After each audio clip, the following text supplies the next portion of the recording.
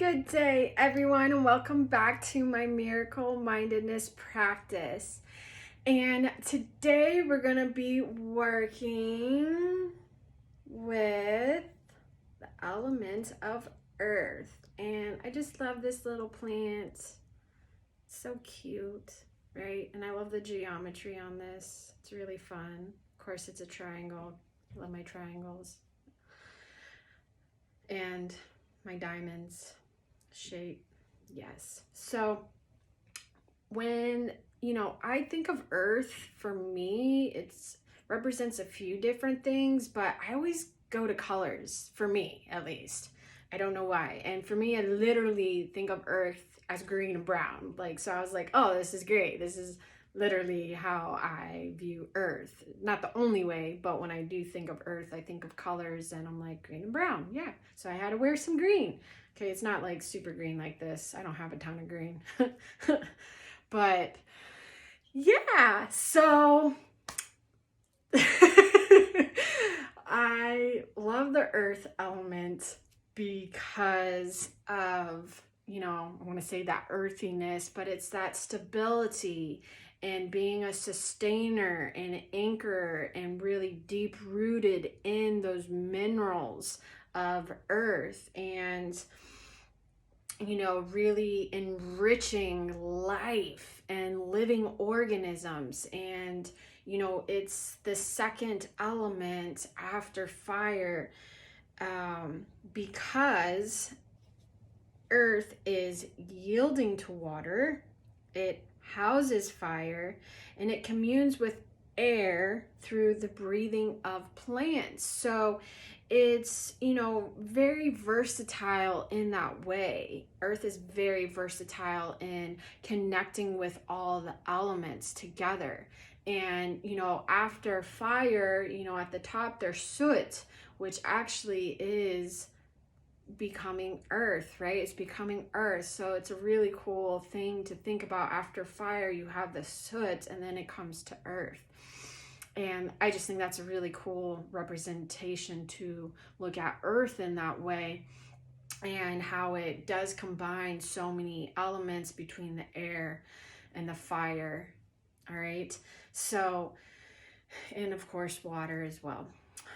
However, when we don't feel stable within the world and within ourselves, we don't feel grounded. And that's why, it's so important when you work on yourself in different ways, or just creating, a spiritual practice, is starting to feel safe within yourself and creating a safe place to work on yourself. It's so important to have that support and safety net. I can't say that enough. Safety and support.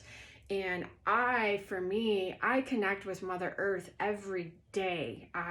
It's one of the first things I do in the morning is go out and connect and breathe with Mother Earth. So that is, a spiritual practice that you can do in becoming more aware with, the earth element and Mother Earth, and feeling that nurturing too, because it's so important, especially if you were brought up in a family environment, or if you didn't even have a family, for some people didn't even have a family, feeling that nurturing feeling as a child and not having that is so crucial.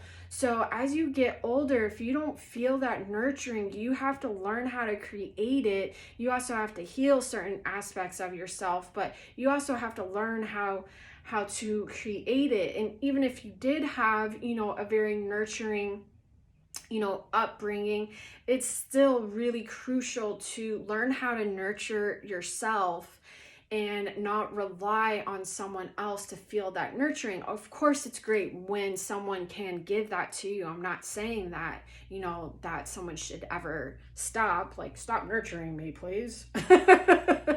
right? No, but it is so important to create that within yourself. And for me, I love doing that and connecting with Mother Earth and becoming aware, and just through my breath, breathing with her through, the plants, from the oxygen and then the CO2, that cycle with the plants and through the air. I don't want to get too much into the air element, but also sticking my hands and my feet, being barefoot and feeling those elements. And there's actually a lot of information too, if you want more out there, on grounding and just with electrons that happen in the interaction when we do feel that, because there's a lot of people who grew up actually not playing barefoot, oh, be careful of the germs, all of that, where you actually create this disconnect from Mother Earth. And it's so important to feel that connection. And again, if you are one of those people that don't really like, your feet in the grass ground, that's okay. There's so many other ways you can take part in Mother Nature, whether you go to the beach and connect with the sand there, or, connect with certain plants is a great way too, whether it's a flower, or a certain plant like this one. And, there's little things that you can do in just taking, 5 minutes out of your day. And that's literally what I do. I just take 5 minutes in the morning, to connect. And if you have a busy life or you have kids and you're like, I don't have time, well, do it with them. Make them aware too. Do it with them. And maybe if they're super, super young, they're just, I can't talk to them yet, Jira, that's okay. They will feel your breath. They will feel your heartbeat as you hold them. We're all living beings connecting, right? And when, especially young ones feel that connection through the heart as you're breathing and connecting, it's all going to feel that cycle. And guess what? It's going to feel amazing, not just for you, but for your child as well. So anyways, if you have any questions about this practice, feel free to ask. Remember the guidelines, okay? It's all in the description box, but be very aware and focused when you do this practice.